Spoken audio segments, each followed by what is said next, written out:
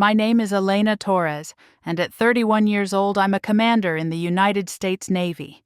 But standing in my younger brother's engagement party, surrounded by champagne glasses and fake smiles, I felt invisible.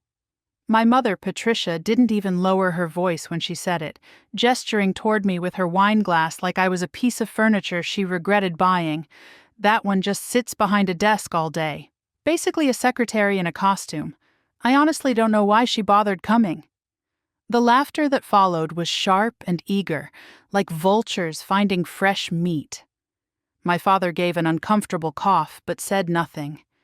My brother Marco, the golden child, just shrugged and turned back to his fiancée. Not one person at that table defended me. They didn't know that just minutes earlier, I'd sent a text message to someone who would change everything. And then, from across the room, a man stood up. Admiral Richard Hayes, the father of Marco's fiancée. The entire ballroom seemed to hold its breath.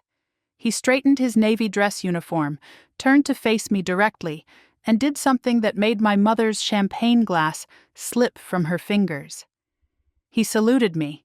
Sharp, precise, unmistakable. Then his voice, calm but carrying the weight of command, filled the sudden silence.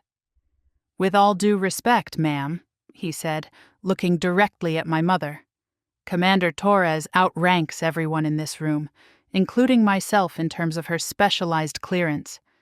If you've ever been dismissed by the people who should love you most, if you've ever been made to feel small in a room full of family, let me know you're listening. I'm Michelle, and this is Revenge Stories with Michelle, a home for quiet courage and true endings. If you feel my words, please like the video, subscribe to the channel, and tell me in the comments where you're watching from. Your voice matters here, your story matters too." The engagement party was held at the Riverside Estate, a sprawling venue along the Hudson River just north of New York City. Floor-to-ceiling windows overlooked the water, and everything sparkled with that expensive, effortless elegance my mother had always craved. Crystal chandeliers hung from exposed wooden beams, trying to blend rustic charm with metropolitan sophistication. The result felt forced, like putting designer shoes on a farm horse. My mother loved it. To her, this was the pinnacle of success, proof that her youngest child, her favorite child, had made it. The air inside was thick with competing perfumes, cologne, and the faint smell of the seafood buffet, shrimp cocktail and oysters on ice. Delicacies my mother made sure everyone noticed. I watched her from my assigned table in the corner, positioned between the catering staff's path and the restrooms. She held court near the center of the room, her laughter too loud, her gestures too dramatic, soaking up attention like a sponge. My father, Robert, stood quietly beside her, nodding at appropriate moments, his presence more decorative than participatory. He'd learned long ago that silence was safer than disagreement. I'd flown in from San Diego, where I was stationed at Naval Base Point Loma, working in cybersecurity and intelligence operations. My job involved protecting classified naval communication systems from foreign threats, work that required a level of security clearance most people didn't even know existed. But to my mother, I was just Elena, the disappointing older child who'd chosen a career she couldn't brag about at her book club. She didn't understand what I did, didn't care to learn, and had long ago decided that if she couldn't show it off, it wasn't worth acknowledging. I wore a simple black dress, understated and professional. I'd left my uniform at the hotel. Wearing it would have been a statement, and I'd learned the hard way that statements only gave my mother more ammunition. Better to blend into the background, I thought. Better to survive the evening without incident and catch my flight back to California in the morning. That was my plan. But plans, as any military strategist knows, rarely survive first contact with the enemy. My mother spotted me sitting alone and saw her opportunity. She didn't approach me directly. That would have been too obvious. Instead, she positioned herself at the table next to mine, surrounded by her sisters, my aunts Rosa and Carmen, and a few family friends who'd known me since childhood. her voice carried with the practiced projection of someone who'd spent years performing in community theater. "I just don't understand why Elena insists on this little Navy hobby," she said, swirling her wine. "Marco is building something real, a future. He's going to take over Robert's construction business. That's tangible. That's legacy." She paused for effect, letting her words settle before delivering her punchline. "Elena just sits behind a desk all day, pushing papers. Basically a secretary in a costume. I honestly don't know why she bothered coming. It's not like anyone here understands what she does anyway." The words landed like a slap. Not the content. I'd heard variations of this my entire life, but the public nature of it.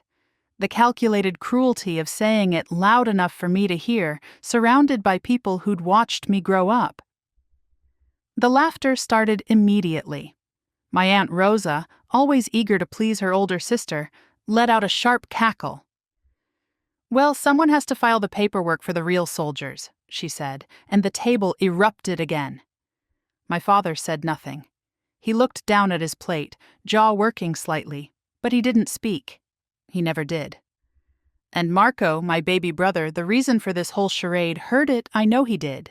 I saw him glance in my direction, saw the moment of decision cross his face, and then watched him deliberately turn away, pulling his fiancée closer and laughing at something she whispered in his ear. His silence was louder than my mother's insult. For a moment, the room tilted. The clinking glasses, the mindless chatter, the string quartet playing something forgettable in the corner, it all became a dull roar in my ears, like being underwater. The shock was physical, a cold wave that started in my chest and spread outward until my fingers went numb. But I'd been trained for moments like this. Not this exact scenario, obviously, but the psychological component, the discipline required to function when your world is collapsing. At Officer Candidate School in Newport, Rhode Island, they taught us tactical breathing. It's a technique used by military personnel, first responders, anyone who needs to maintain control under extreme stress. 4 counts in through the nose, hold for 4, 4 counts out through the mouth, hold for 4. Repeat. I did it now, sitting at my corner table with my untouched plate of food in front of me. I focused on my breathing, narrowing my world to that single controllable function. The shame tried to rise up, hot and choking, but I pushed it down. I studied the grain of the wooden table, traced the lines with my eyes, anchored myself to something solid and real. The laughter around me became background noise, a distant disturbance outside my perimeter. Then I felt it, a shift in the room's energy. Like the change in air pressure before a storm, I didn't have to look up to know what was happening. The text message I'd sent to Admiral Hayes earlier, a simple courtesy informing him I'd arrived at the party, had just become something much more significant. I heard the scrape of his chair, the deliberate, unhurried sound of a senior officer standing. And I knew, with the absolute certainty of a sailor who recognizes the sound of an incoming wave, that everything was about to change. That feeling of erasure, of being systematically deleted from my own family's narrative, wasn't new. It was just the latest performance of a play that had been running my entire life. The script was written long before I understood my role in it. The stage was our childhood home in Queens, a narrow 3-story house that my parents bought in the early 90s, back when the neighborhood was still transitioning. My father worked in construction, building other people's dreams while our house remained perpetually half-finished. There was always a project he was going to get to, drywall that needed mudding, a bathroom that needed grouting, a back deck that existed only as a pile of lumber in the yard. My mother worked part-time as a receptionist at a dental office, but her real occupation was managing appearances, making sure the neighbors saw success even if the reality behind our front door was far messier. I shared a room with Marco until I was 12 and he was 7. The room was divided by an invisible but rigidly enforced border. His side was chaos. Action figures scattered across the floor, sports equipment piled in corners, posters of baseball players taped crookedly to the walls. My side was order. I had a small bookshelf organized by subject, math and science on the top shelf, history and literature below. My desk was always clear except for whatever homework I was working on. I kept a detailed calendar on the wall, tracking assignments, tracking my goals, tracking the future I was building in my mind. My mother hated my side of the room. She'd stand in the doorway, arms crossed, and sigh with theatrical disappointment. "Marco's side looks like a normal kid's room," she'd say. "Your side looks like a tax accountant's office. It's not natural, Elena. You're going to give yourself an ulcer before you're 20. The unspoken message was clear. Marco's mess was endearing, proof of his vibrant, boyish energy. My order was disturbing, evidence of something wrong with me. He was normal. I was defective. That message crystallized in 8th grade during a school-wide STEM competition. I'd spent months building a working model of a water purification system, complete with a detailed proposal for implementing similar systems in underserved communities. It wasn't just a science project. It was a fully researched plan, with cost analyses, environmental impact studies, and projected outcomes. I won first place in the entire district. I remember standing on that stage, holding the trophy, feeling a surge of pride so intense it made me dizzy. I'd worked harder on that project than anything in my life. I couldn't wait for my parents to see it at the evening showcase. My mother came to the showcase, spent 5 minutes looking at my display, said, "That's nice, honey, very impressive," and then spent the rest of the evening chatting with other parents about Marco's recent soccer tournament. But I waited for my father. He arrived late, still in his work clothes, smelling of sawdust and concrete dust. He walked up to my display, squinted at the complex diagrams and data charts, and his face did something I'd never seen before. He looked confused, almost uncomfortable, like he'd stumbled into the wrong room. He didn't ask me a single question about the project. Instead, he turned to my science teacher, Mrs. Chen, who was standing nearby monitoring the exhibits. "My daughter's always been a little intense," he said, shaking his head with an apologetic smile. "I guess it keeps her out of trouble." He walked away without another word. Heading straight for the refreshment table, Mrs. Chen gave me a sympathetic look, but said nothing. In that moment, in front of the one teacher who actually believed in me, my own father reduced my greatest achievement to an embarrassing personality quirk, something to be tolerated rather than celebrated. The pride I'd felt curdled into shame, hot and acidic in my stomach. I took my trophy home and put it on my shelf, but I never looked at it the same way again. The final lesson came the summer I turned 17. Marco had just finished his sophomore year of high school, and my parents decided he needed a car. Not just any car, but a decent used Honda Civic, something reliable that would last him through graduation and beyond.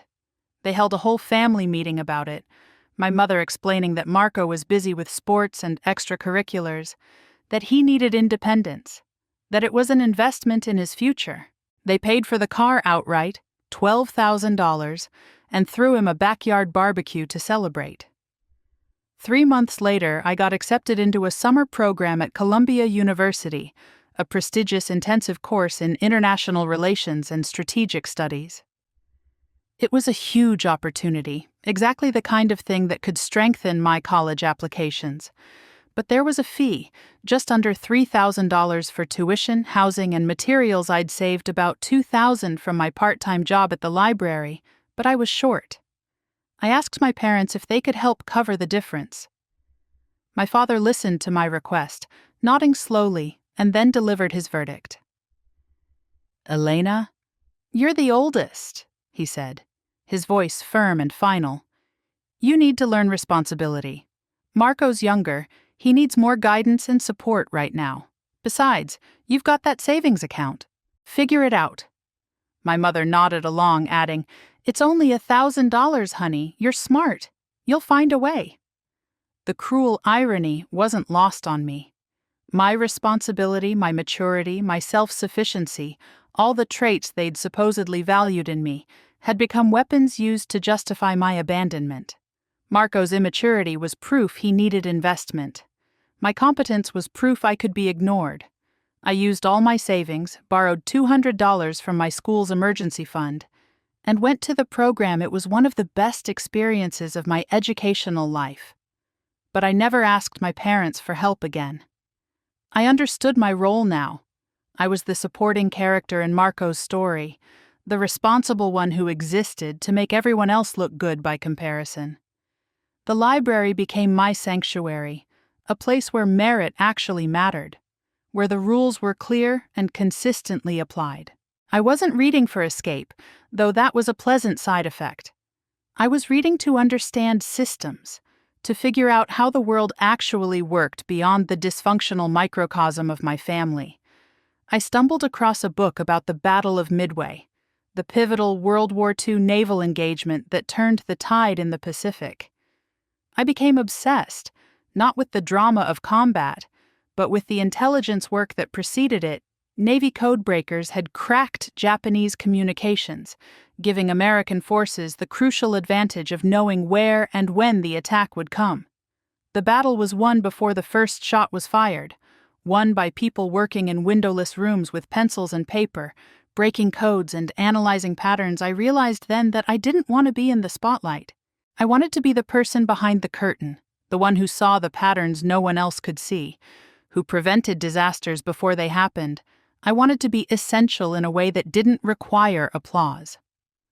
One Thursday afternoon during my senior year, a Navy recruiter set up a table in our school cafeteria. He was a composed, professional, petty officer with ribbons on his chest and an easy confidence that suggested he'd seen enough of the world to know exactly who he was. He wasn't offering glory or adventure. He was talking about service, structure, and specialized skills. He pointed to a brochure, to a phrase I'd never heard before. Information warfare wins battles before they start. Information warfare. The words hit me like lightning. It was the name for the thing I'd been circling my entire life, the language I'd been speaking without knowing its proper terminology. It was code breaking and pattern recognition, systems analysis and strategic intelligence. It was the Battle of Midway. It was my water purification project. It was every meticulous calendar and organized bookshelf. It was me. Standing in that cafeteria, looking at a folding table and some glossy brochures, I saw my exit route and my destination simultaneously. The Navy wasn't an escape. It was a homecoming. That recruiter's brochure was my portal, and walking through it led me straight to officer candidate school in Newport, Rhode Island. If I thought my childhood was preparation for military life, I was wrong. Nothing prepares you for OCS except OCS itself. The Rhode Island weather was unforgiving. Cold Atlantic winds that cut through your uniform, summer humidity that made your dress shoes feel like they were filled with water. But the weather was the least of it. The real challenge was the relentless psychological pressure, the constant testing, the drill instructors whose job was to find your breaking point and push you past it. We ran until our lungs burned and our legs turned to concrete. We navigated obstacle courses designed by people who genuinely enjoyed watching officer candidates fail. We stood for inspections where a microscopic piece of lint on your collar could result in a screaming tirade inches from your face. We studied navigation, naval history, leadership theory, maritime law, all while operating on 4 hours of sleep and a constant state of controlled panic. I wasn't the fastest runner. I wasn't the loudest voice in our training platoon.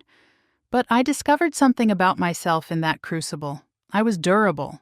While other candidates, stronger and more athletic than me, were dropping from exhaustion or quitting from mental fatigue, I just kept moving forward. I learned to compartmentalize, to shut down the part of my brain that registered pain or fear, and focus entirely on the immediate objective: finish this run, complete this drill, pass this inspection.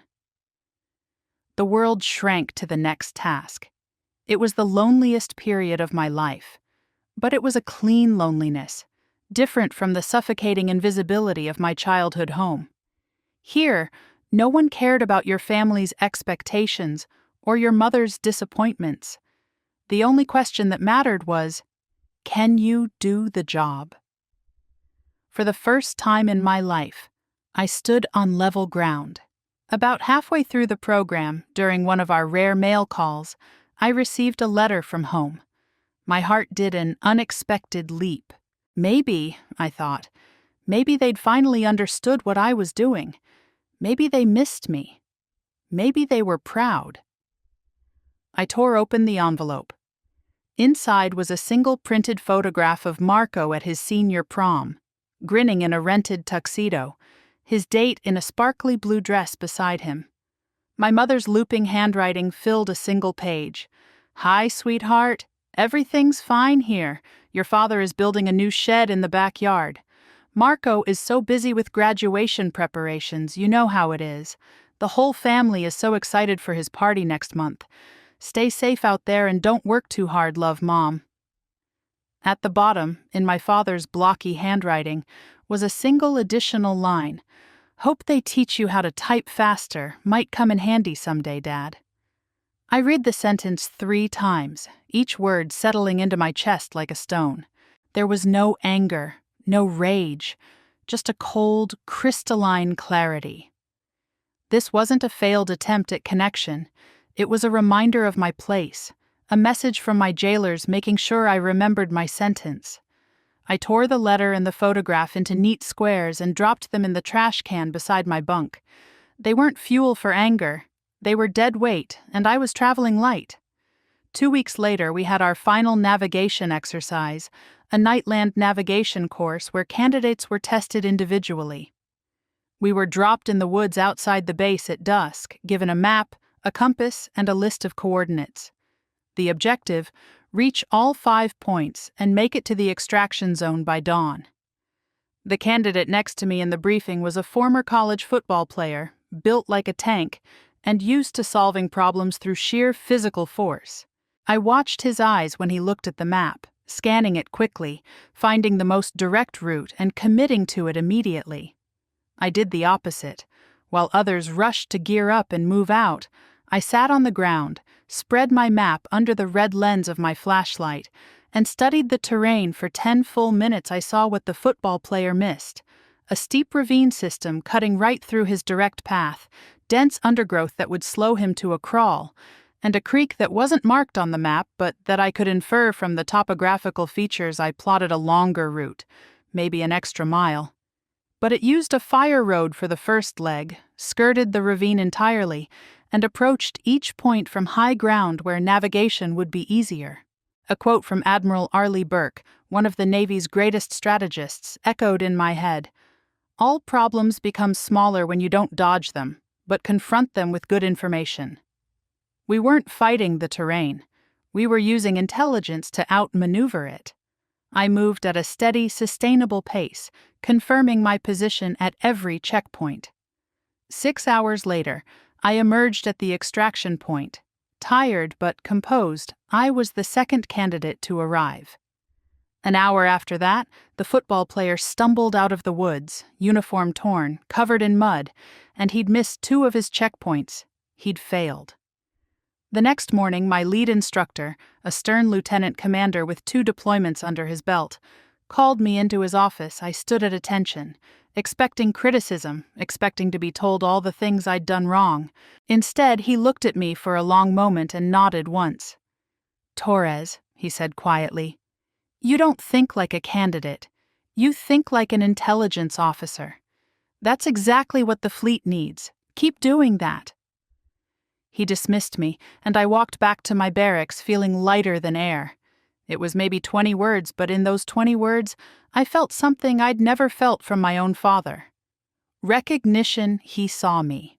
He saw my specific value and named it. That acknowledgement was worth more than any trophy or medal. It was the first brick in the foundation of a woman whose worth would be defined not by her family's approval, but by the missions she completed.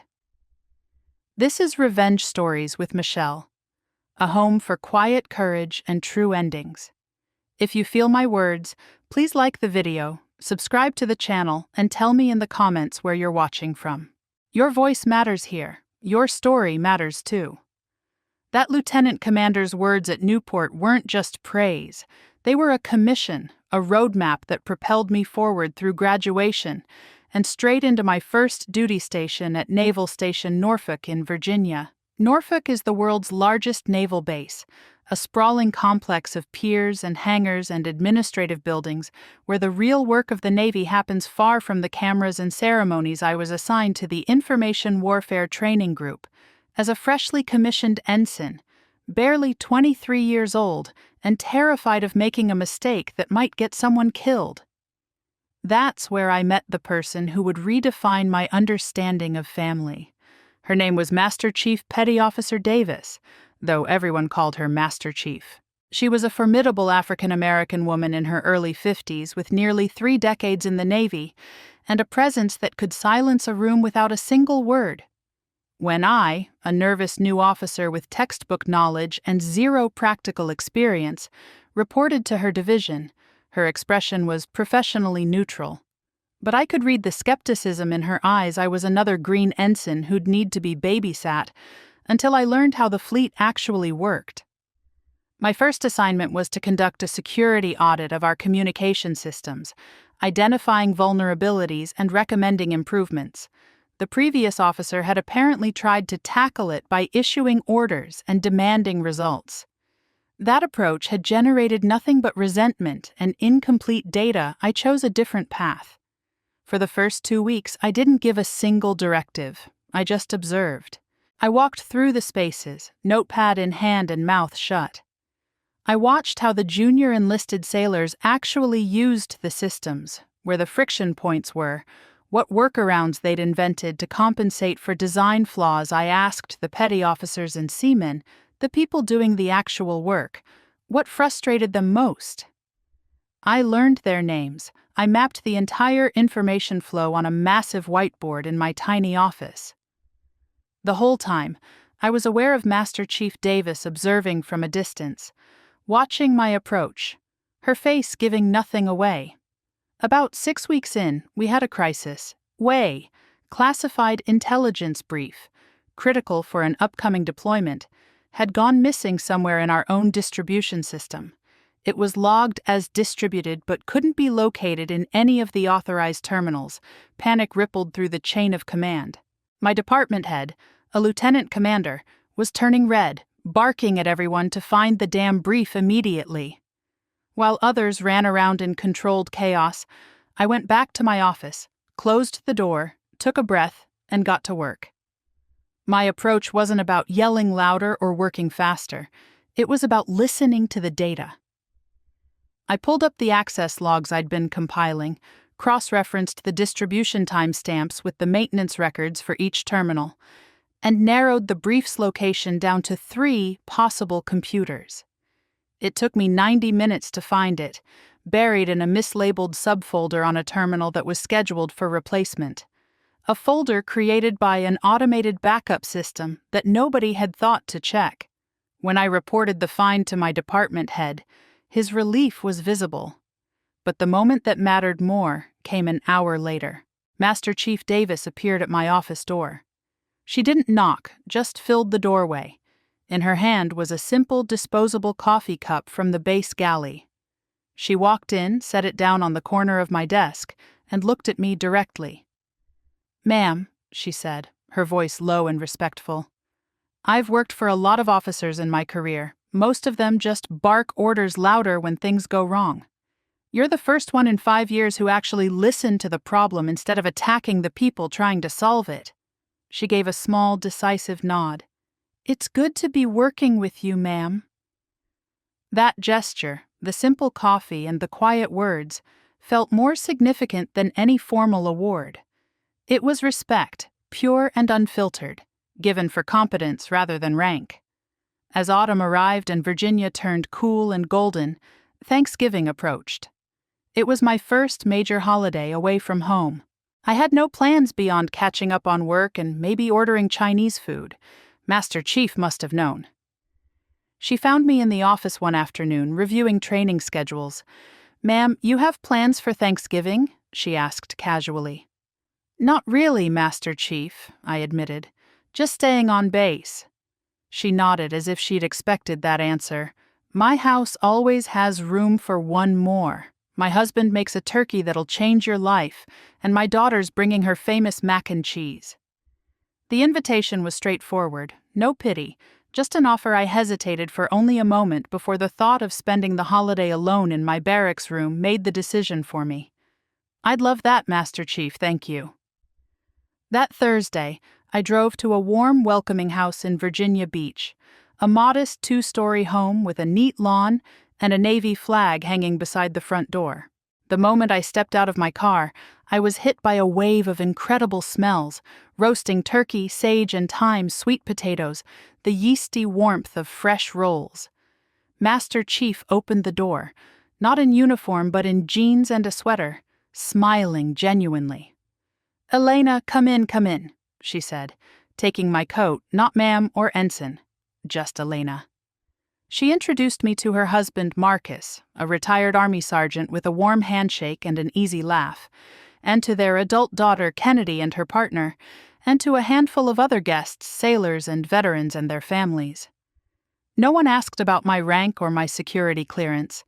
They asked where I grew up, what music I liked, whether I preferred stuffing or mac and cheese, normal human questions that had nothing to do with hierarchy. Kennedy pulled me into the kitchen, a bustling, joyful chaos of last-minute preparations. "We need help with these green beans if you don't mind," she said, handing me a knife and a cutting board.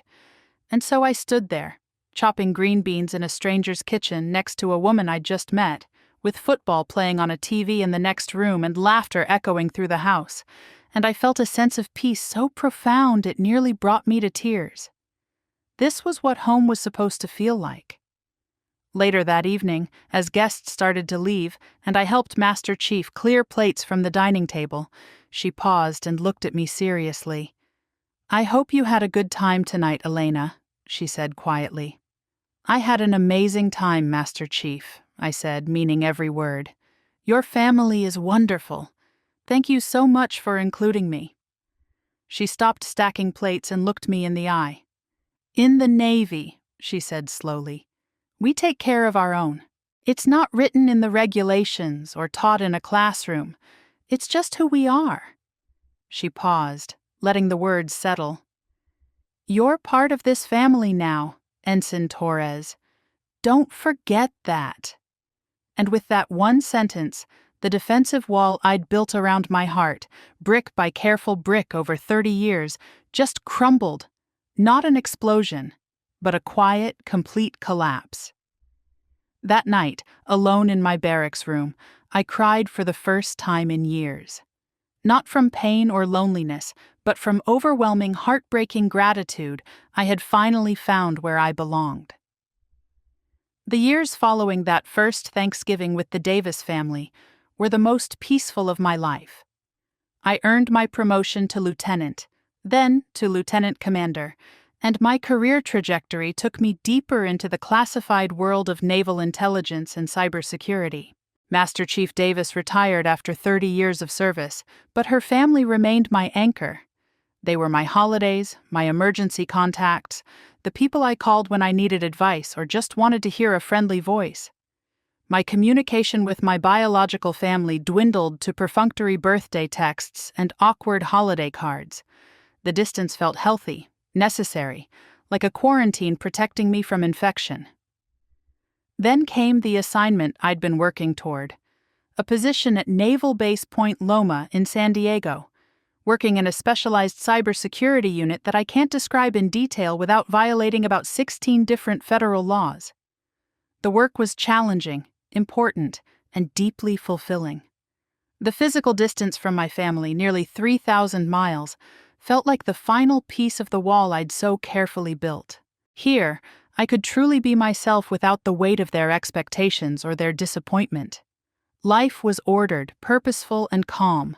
The ghosts of queens felt a world away, but ghosts, I learned, have long reach. The attack came at 2 a.m, California time, 5 a.m. in New York. The sound of my phone vibrating on the nightstand was harsh and invasive, dragging me from deep sleep into confused panic. A call at this hour could mean only two things: a national security incident or a death in the family. My heart hammered as I fumbled for the phone, eyes struggling to focus on the screen. It was my mother. "Hello?" I said, my voice thick with sleep and rising dread. "Elena. Oh, thank God, Elena." My mother's voice came through, high-pitched and frantic, every word calculated for maximum emotional impact. "Something terrible has happened, honey. It's about Marco." This was the opening move, the creation of immediate crisis with my mother as the panicked messenger, a tactic as familiar as my own reflection. "Mom, what's wrong? Is he hurt?" I asked, sitting up, trying to clear my head. She launched into a rambling, dramatic story, punctuated by sighs and pauses for effect. Marco, who'd taken over my father's construction business 3 years ago, had apparently expanded too quickly, taken on too many projects, hired too many workers. According to my mother, he'd made some bad decisions, trusted the wrong people, and now faced financial ruin. Suppliers were demanding payment, clients were threatening lawsuits, and the whole company was on the verge of collapse. The narrative was designed to activate every protective instinct, every buried sisterly obligation. "He's in over his head, Elena," my mother lamented, her voice breaking with theatrical precision. "He's your brother, your baby brother. He needs help. He needs family."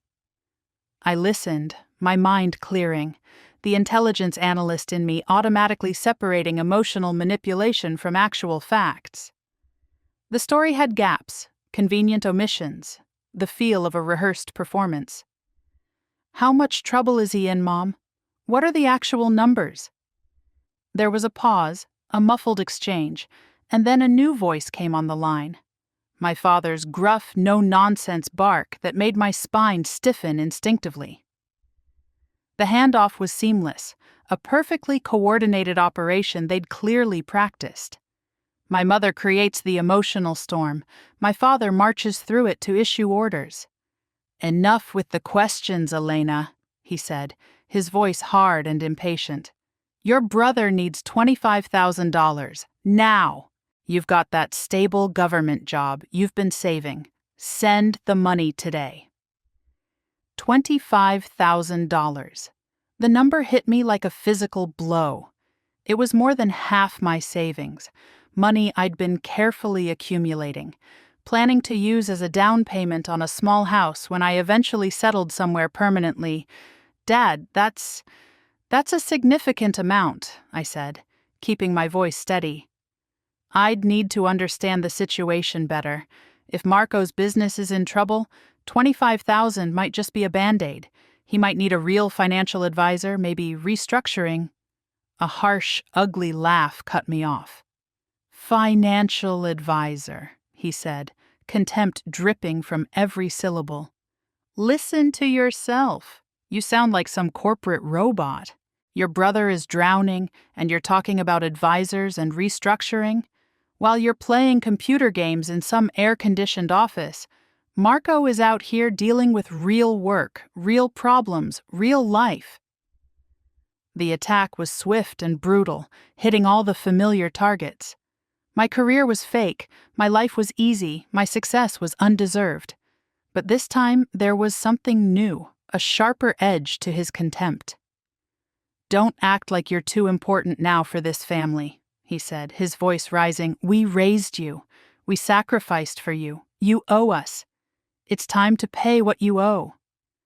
The old patterns rose up like a tide. Panic, guilt, a childish, desperate need to make him stop, to fix it, to be good enough. The 17-year-old girl who couldn't afford her summer program wanted to apologize, to promise she'd find a way, to do anything to end the lecture. But she wasn't the one holding the phone anymore. Commander Elena Torres was holding the phone, an officer in the United States Navy who managed classified intelligence operations and held a top-secret security clearance the woman, Master Chief Davis, respected. the woman who'd found her own family. I took one single deliberate breath. 4 counts in, hold, 4 counts out. The chaos in my mind slowed. The panic receded like a wave pulling back from shore. When I spoke, my voice was not my own. It was colder, calmer, infinitely stronger. "I will evaluate the situation," I said, each word precise and measured like coordinates on a map. "I will need documentation of the actual debts, the creditors, and the timeline. I will review my financial situation and determine what, if anything, I can offer. I will call you back within 72 hours with my decision." I paused, leaving no room for argument. "Goodbye." And I ended the call, cutting off the sputtering outrage I could hear building on the other end. I didn't scream or cry or throw the phone across the room. I just sat there in my dark bedroom in California, 3,000 miles away from them, feeling nothing but cold clarity. This wasn't a cry for help. It was a coordinated assault, a calculated attempt to pull me back into their orbit of dysfunction and obligation. It was an invasion, and this time, I would not be occupied territory. After I ended the call with my father, an eerie silence descended. For 3 weeks, nothing. No follow-up calls, no guilt-laden texts, no emails. An inexperienced person might mistake this silence for acceptance, maybe even peace. I knew better. This was strategic silence. The quiet before an artillery barrage, the unsettling calm before a coordinated strike. It was a punishment designed to make me anxious, to make me doubt my decision, to make me break and reach out first, apologizing, begging for forgiveness. I tried to focus on my work, throwing myself into system audits and threat assessments, but a low hum of anxiety followed me everywhere I was waiting for the other shoe to drop. It didn't drop. It was hurled directly at my head with vicious, calculated precision. The attack came in the form of an email, not from my parents, but from my Aunt Carmen, my mother's younger sister. Carmen had always been kind to me, warmer than my mother, sending me care packages during my deployments and always remembering my birthday. Her emails usually contained photos of her garden and updates about her grandchildren. This one was different. The subject line read simply, "I'm so sorry." My hands felt cold as I opened it. "Dearest Elena," she wrote, "I don't know if anyone has told you, and I've been wrestling with whether I should say anything, but I can't stay silent. After you said you needed time to think about helping Marco, your father decided to take matters into his own hands, Elena. He sold your abuela's piano. All of it, the whole instrument. He told the buyer it was just taking up space in the house and that no one played it anymore. He got $3,000 for it, which he gave to Marco. I am so sorry. I know how much that piano meant to you. Love, Tia Carmen." I read the email 5 times, each word refusing to make sense. My grandmother, my father's mother, had been a music teacher. She was a gentle, patient woman who'd immigrated from Puerto Rico as a young bride and built a life through teaching piano lessons in her tiny living room. She'd taught me to play when I was 7 years old, the only person in my childhood who looked at my focused intensity and saw it as a gift rather than a defect. Her piano was a beautiful old upright, probably from the 1950s, the wood worn smooth by decades of hands. She'd left it to me specifically in her will when she passed during my sophomore year of college. To my father, who preached constantly about hard work and family legacy, that piano should have been sacred, untouchable, a connection to his own mother. But it wasn't. To him, it was just another asset to liquidate, another weapon to deploy against me. This wasn't about raising money for Marco. $25,000 was the demand. $3,000 from the piano wouldn't make a meaningful difference. This was punishment, pure and simple. He had identified the one sacred object from my childhood, the one pure memory untainted by their dysfunction. And he had desecrated it. He had severed my connection to the one person who'd ever truly seen me, and he'd done it for pocket change. A feeling colder than anger, heavier than grief, settled over me. It was the feeling of something fundamental breaking, a load-bearing wall finally giving way. The phone felt impossibly heavy in my hand as I dialed their number. My mother answered on the third ring, her voice immediately shifting into a practiced guilty tone, the voice of someone who knows they've done wrong but has prepared their justification. "He sold it," I said. No question, just a statement. "Elena, honey, he had to," she said, the excuse already polished and ready. "Marco needed the money so desperately, and that piano was just sitting there collecting dust, and your father thought—" "Put him on the phone," I said, my voice flat and dead. I heard the phone being passed, muffled voices conferring, and then my father's belligerent voice filled my ear. There was no guilt, no hesitation, only defiance. "It was in my house, Elena," he said, as if that settled everything. "My house, my property. You weren't here, you weren't helping, so don't you dare come at me with attitude now." He was actually blaming me for his decision to sell my grandmother's piano, the instrument she'd left specifically to me. "This wouldn't have happened if you'd just done the right thing in the first place," he continued, his voice rising. "If you'd helped your brother like family is supposed to help family, I wouldn't have needed to sell anything." Then I heard a third voice in the background, a voice I hadn't heard in months. Marco crying, but his sobs were thick with accusation rather than remorse. "I'm sorry, Elena," he said, his voice carrying through the phone. "But I really needed the help. You're so selfish. You have all that money and you couldn't even help your own brother." Selfish.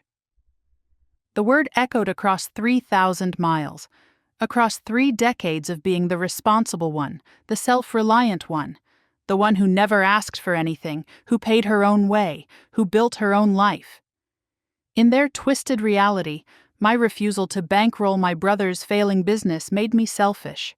A strange, terrifying clarity washed over me. The pain evaporated, the anger disappeared. All that remained was cold, undeniable truth. They would never change. They would never see me. They would only ever see a resource to be extracted, an object to be blamed, a bank account with inconvenient opinions attached. I cut through their chorus of accusations, my voice so calm it didn't even sound like mine. "I'm flying home for Marco's engagement party," I said. Not a question, a statement of fact. There was a triumphant, ugly sound from my father's end, a grunt of satisfaction. "Good," he said. "About time you came to your senses and acted like family." "No," I said, my voice dropping to an icy whisper that could cut steel. "I'm coming home to say goodbye." I paused, letting the words hang in the space between California and New York, sharp and final. "To all of you." I ended the call before they could respond. I didn't slam the phone. I placed it gently on my desk. The war had just been declared, not with shouts or threats, but with a quiet, deadly promise. The invasion was over. The counteroffensive was about to begin. The flight from San Diego to New York was nearly 6 hours. 6 hours of pressurized quiet where I transformed my grief and rage into something cold, hard, and operationally useful. A plan. The emotional storm had passed. The intelligence officer was in command now.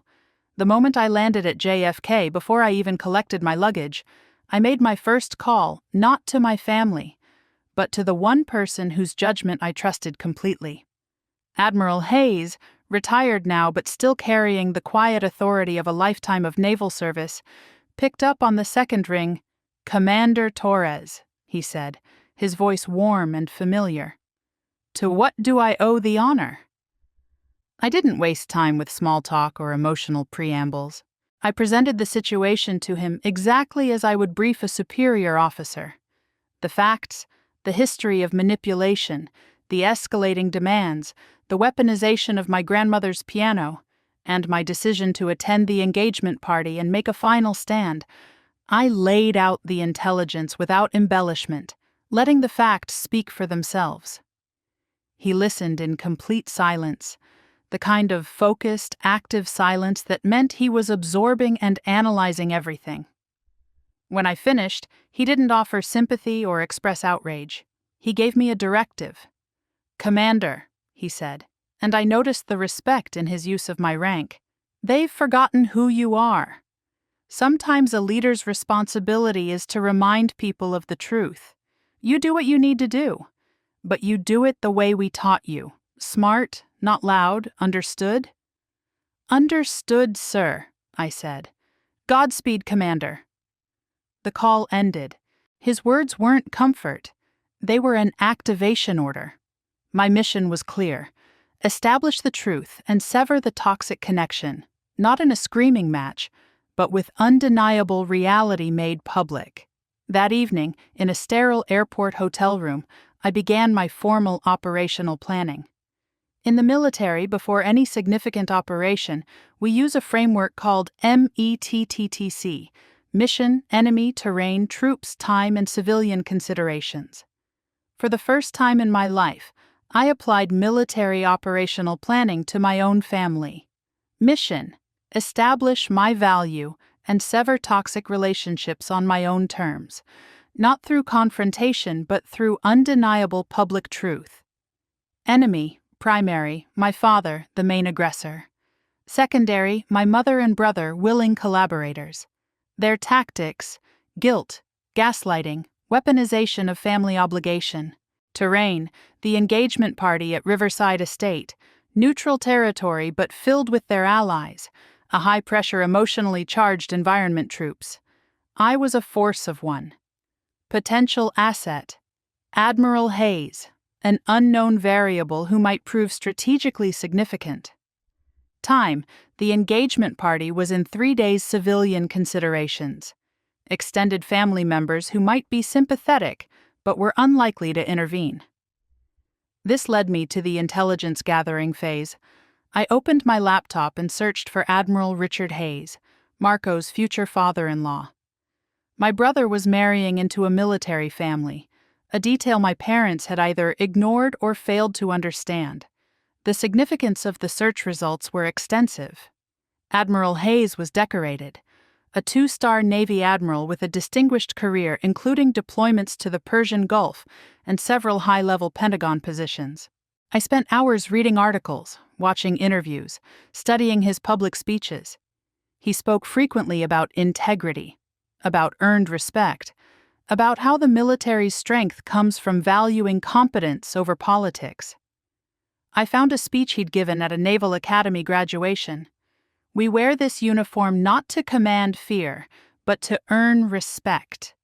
That respect is owed to every person who takes the oath, regardless of rank or specialty.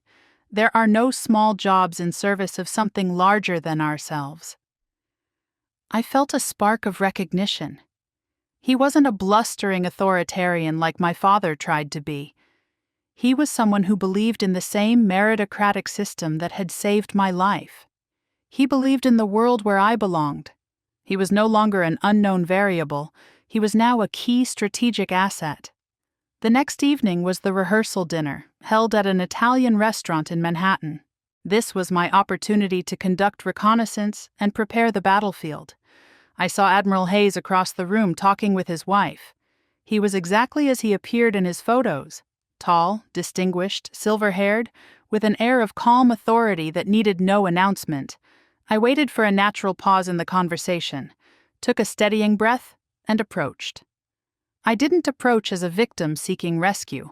I approached as a fellow officer. "Admiral Hayes, sir?"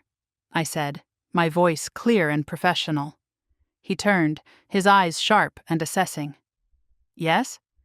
"Commander Elena Torres, U.S. Navy," I said, introducing myself properly.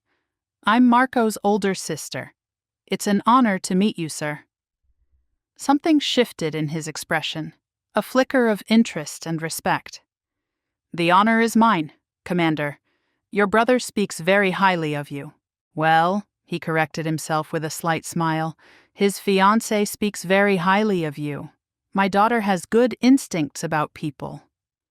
Thank you, sir. If I may, I wanted to provide you with some context about my family, so you're not caught by surprise tomorrow evening. His expression shifted to one of professional attention. He gave a slight nod. Go ahead, Commander.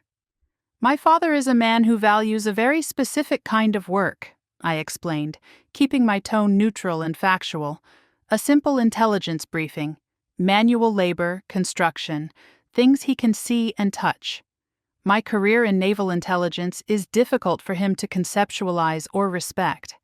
He has, on multiple occasions, referred to me as essentially a secretary in uniform. I let the words hang for a moment, watching his face carefully. A muscle in his jaw tightened almost imperceptibly. In our world, sir, respect is foundational. It's built into everything we do. In my family, respect is situational, conditional. I wanted you to be aware of the terrain. He studied me for a long moment, his experienced eyes seeing beyond my words to the years of dismissal and pain beneath them. He recognized something in me: discipline, control, competence under pressure.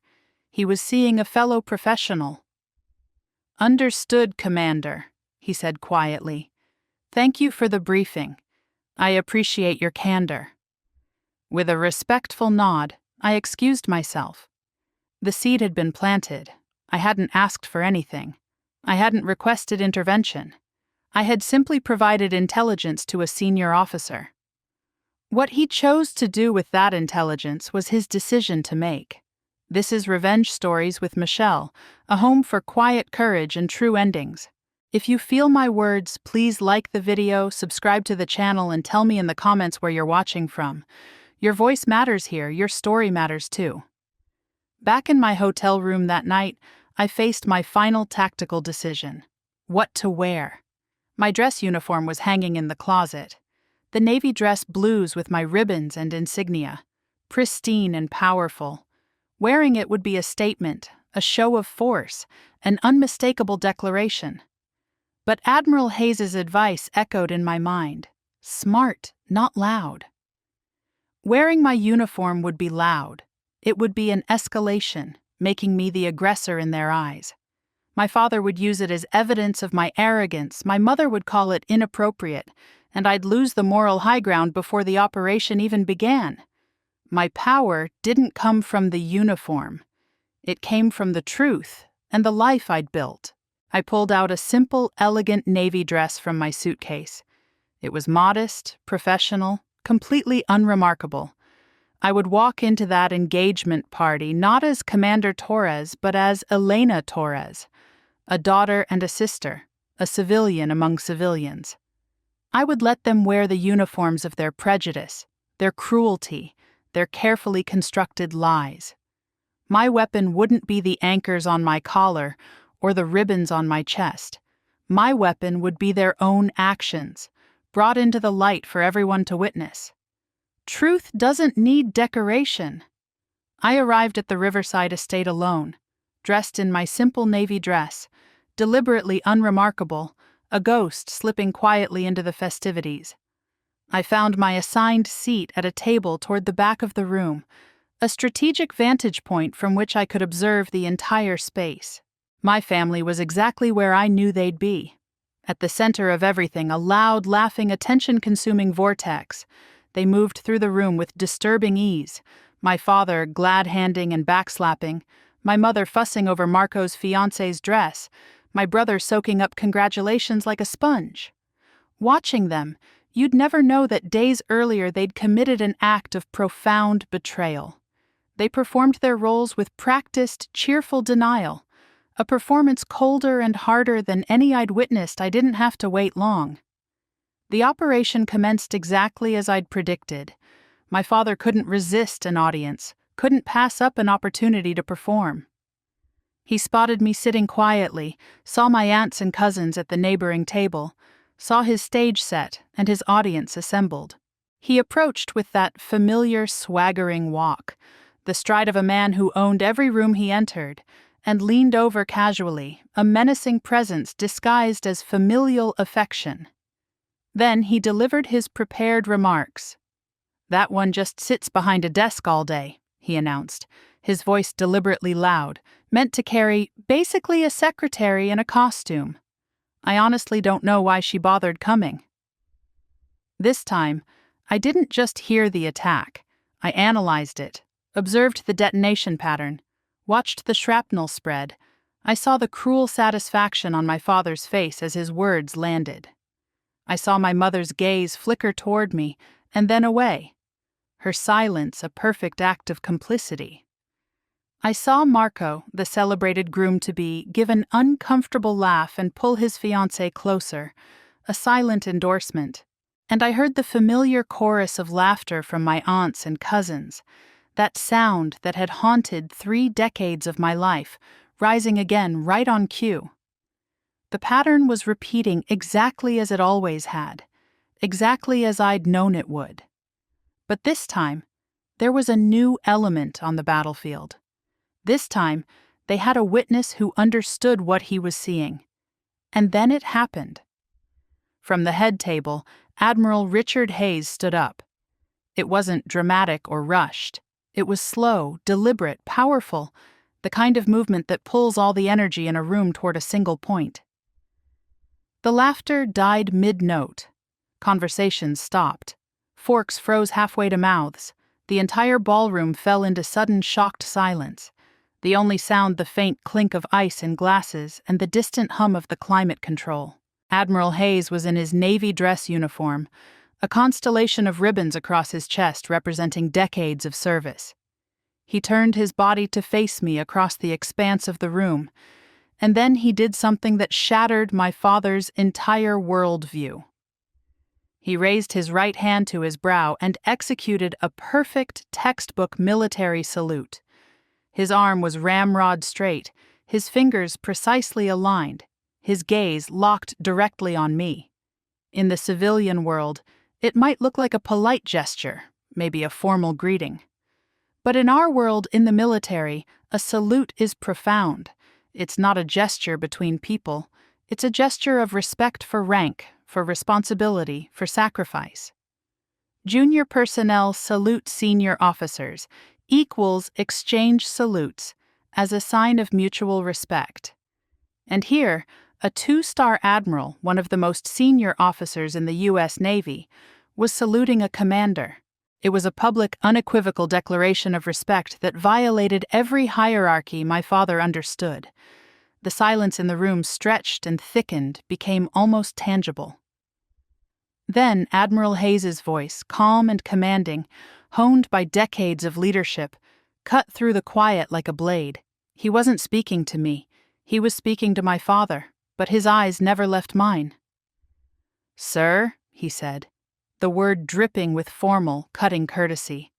"With all due respect," he paused, letting the phrase's weight settle into every corner of the room. "Commander Torres outranks everyone in this room, including me in her specialized field. If there's anyone here who doesn't belong, it certainly isn't her." The statement wasn't opinion, it wasn't defense, it was fact, delivered with the force of unquestionable authority. I watched my father's face, and for the first time in my entire life, I saw him completely, utterly undone. The smugness vanished, replaced by slack-jawed confusion. His world, a simple place where he was king, where real men did real work with their hands and everyone else was lesser, had just been turned inside out. This man, this admiral, someone my father was biologically incapable of disrespecting, had just used the very language of hierarchy and authority that my father worshipped to declare him fundamentally wrong. The system itself had rejected him. His brain couldn't process it. I watched the color drain from his face, watched it go from red to pale gray. A sheen of sweat broke out on his forehead. He opened his mouth, but no sound emerged. He looked at me, truly looked at me, perhaps for the first time ever, and in his eyes I saw not anger or hatred, but the terrifying blankness of a man whose reality has just been vaporized. Then his knees gave out. It wasn't theatrical or dramatic. It was simply a loss of structural integrity, his body listed to one side, his large hands grasping for the back of a nearby chair and missing.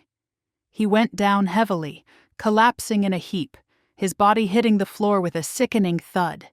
People gasped. My mother screamed his name and rushed over. But I knew what I'd just witnessed. It wasn't a heart attack. It wasn't a stroke. It was the complete collapse of a belief system. It was the sound of decades of willful, arrogant ignorance shattering into pieces on a polished floor. The glorified secretary had just brought down the entire cathedral. The aftermath of my father's collapse was surreal. The paramedics arrived quickly, checked his vitals, and concluded it was likely a vasovagal episode, essentially fainting triggered by extreme emotional shock. His blood pressure had dropped suddenly, his body's response to psychological trauma. They helped him to a small room off the main hall to recover, and the engagement party attempted somewhat desperately to resume. The music started again, too loud, too cheerful, but the atmosphere was irrevocably changed. People avoided my gaze now, not with contempt, but with awkward, nervous respect. Truth, once detonated, leaves lasting fallout. I stepped outside into the cool evening air, needing a moment to process the sudden end to a war I'd been fighting for 3 decades.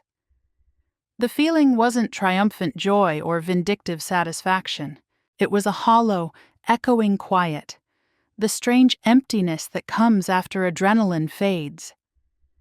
I heard footsteps on the gravel path and turned to see Admiral Hayes approaching, his wife a few steps behind him. He stopped a respectful distance away, giving me space. He didn't mention my father's collapse, didn't offer apologies or explanations. He simply looked at me with the clear, steady gaze of a commanding officer. "Commander," he said, his voice quiet but firm.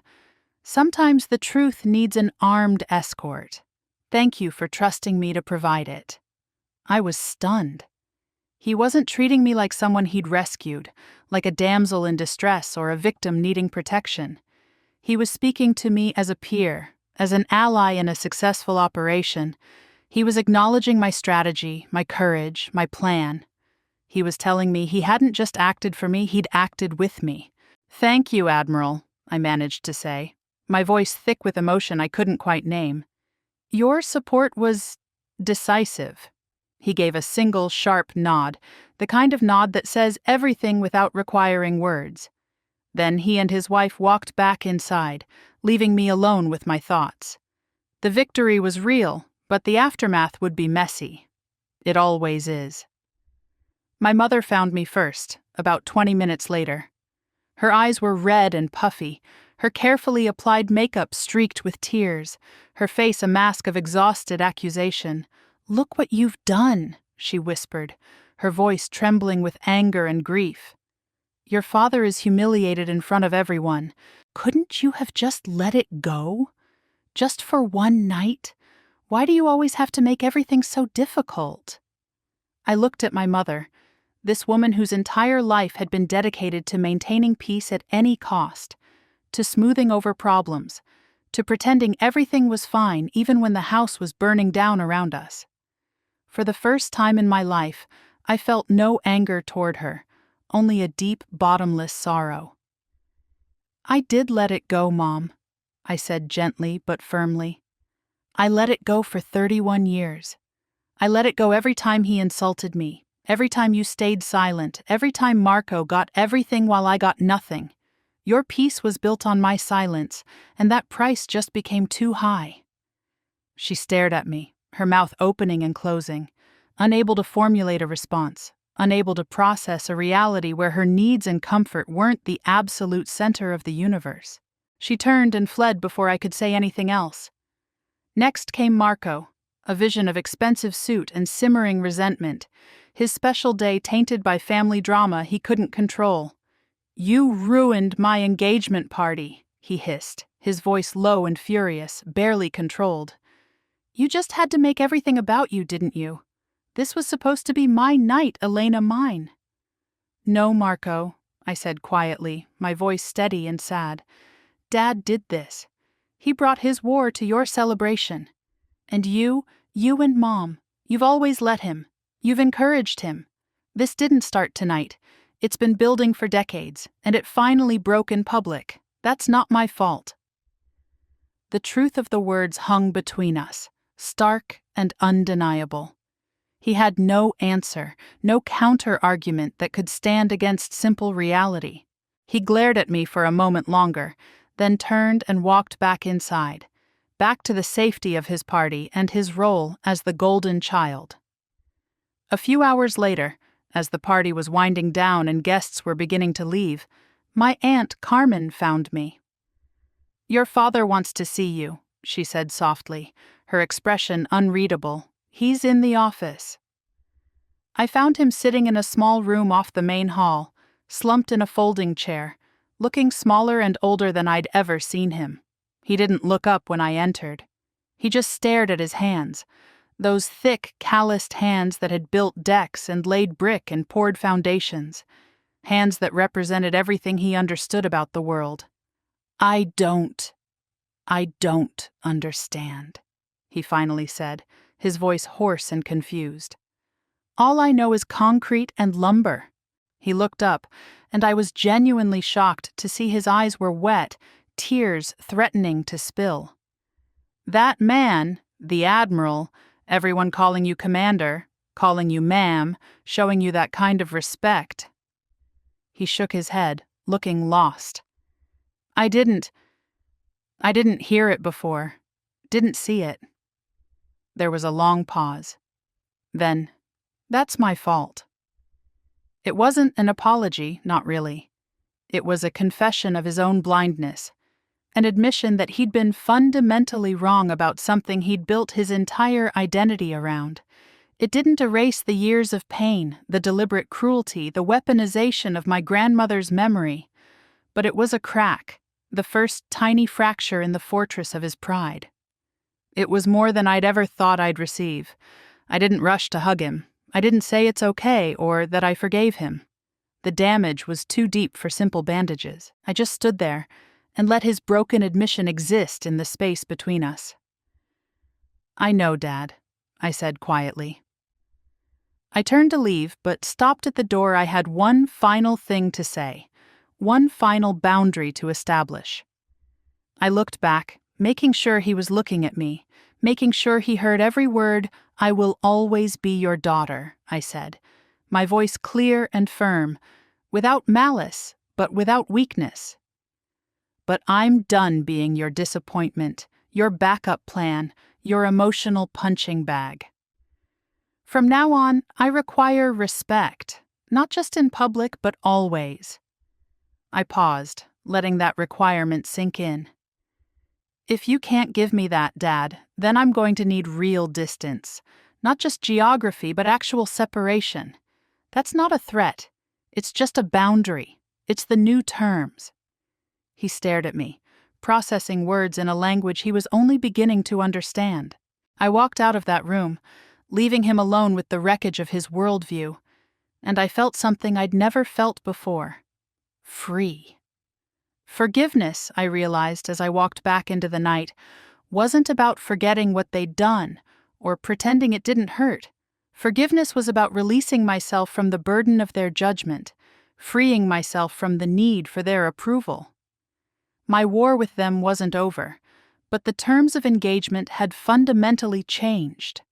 4 years after my brother's engagement party, the world looked different. Or perhaps I was simply looking at it with different eyes.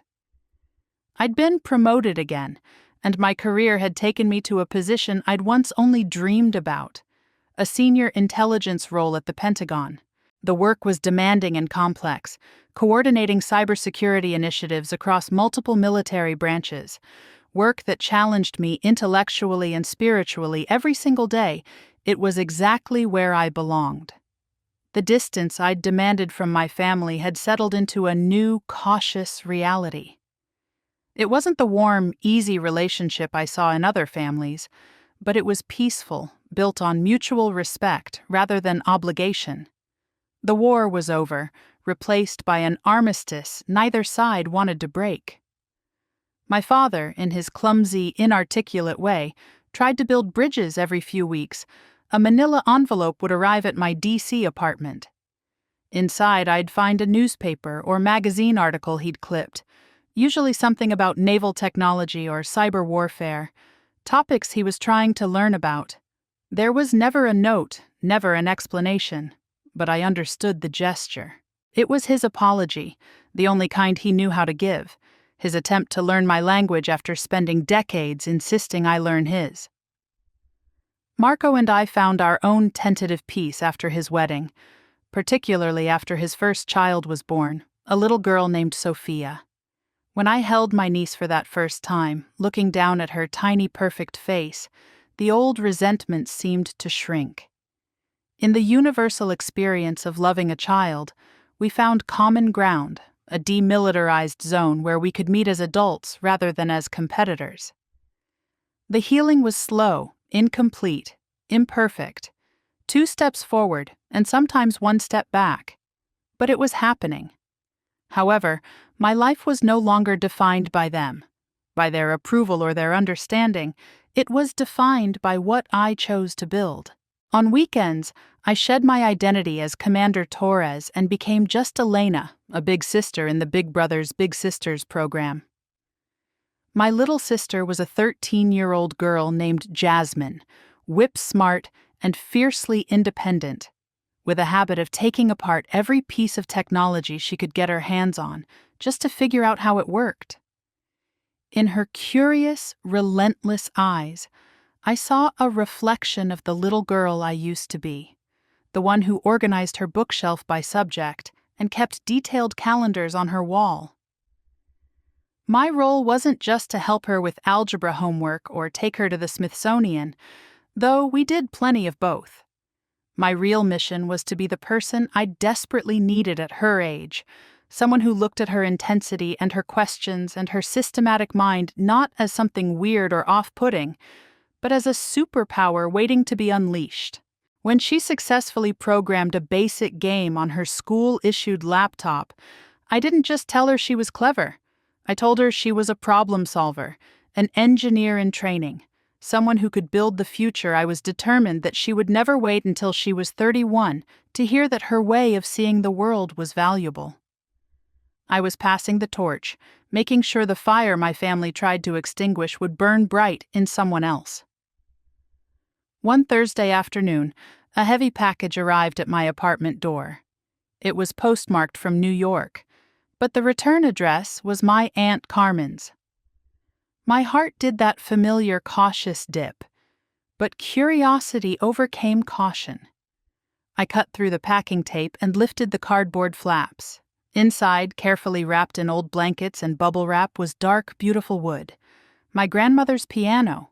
Not the whole instrument, that would be impossible, but the fallboard, the piece that covered the keys, carefully removed and preserved. The wood was still smooth and lustrous, still marked with decades of fingerprints and the small scuff marks from countless lessons. On top was a handwritten letter from my aunt. "Elena," it read, "it took me almost a year, but I tracked down the man your father sold the piano to.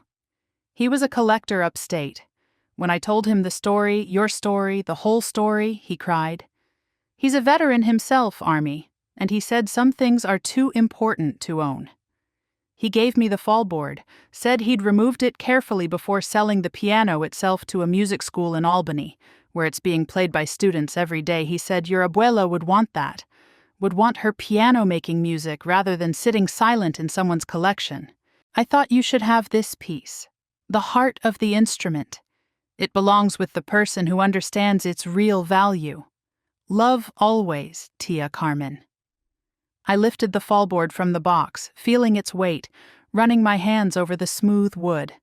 The same wood my grandmother's hands had touched thousands of times. I could almost smell her perfume, almost hear her patient voice. "Again, Elena, slower this time. Feel the music. Don't just play the notes." The circle had closed. Not perfectly, not completely, but enough. The legacy that had been stolen had found its way back to me in the only form that really mattered: memory, preserved and honored. The story ends here, on a Saturday afternoon in my sunny DC apartment. Jasmine and I are sitting on the floor, surrounded by electronic components, wires, and a laptop displaying code. We're building a basic robot, nothing fancy, just a small programmable device that can navigate obstacles. She's carefully soldering a connection, her tongue sticking out slightly in concentration, her young face serious and focused. She finishes the connection, looks up at me, and asks a question that has nothing to do with robots. "Elena," she says, using my first name like I've asked her to, treating me like a friend rather than an authority figure. "Is it hard being a commander? Like, does it ever feel lonely being in charge of important stuff?" I look at this brilliant, wonderful girl, and I feel a wave of love and clarity wash over me. I smile gently. "The hard part isn't being a commander, Jasmine," I say softly. "The hard part is learning that you deserve your place at the table, that your voice matters, that your way of thinking isn't wrong just because it's different from everyone else's." I reach out and gently tap the little robot she's building, this tangible thing created from a plan, from intellect, from patience and precision. "Success isn't about making other people finally see you," I continue. "It's about you seeing your own value and then using it to build something real." I look down at our project, at the small, sturdy robot taking shape on my living room floor.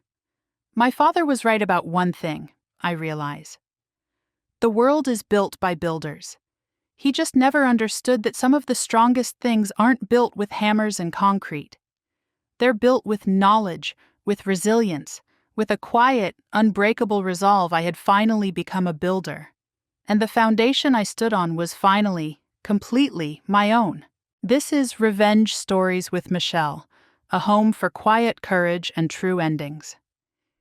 If you feel my words, please like the video, subscribe to the channel, and tell me in the comments where you're watching from. Your voice matters here. Your story matters too.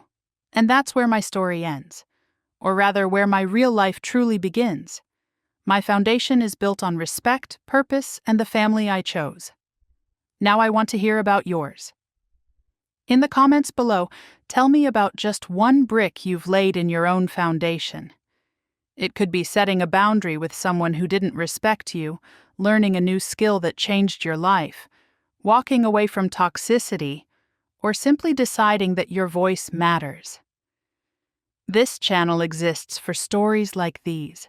Stories about finding strength when the world tries to make us feel invisible, about becoming the person we were always meant to be. If my journey resonated with you, if you've ever felt dismissed or underestimated by the people who should have loved you most, please subscribe to Revenge Stories with Michelle and hit that like button. It helps these stories reach others who need to hear that they're not alone, that they too can become the architect of their own life. Your story matters, your courage matters, and you are never, ever alone.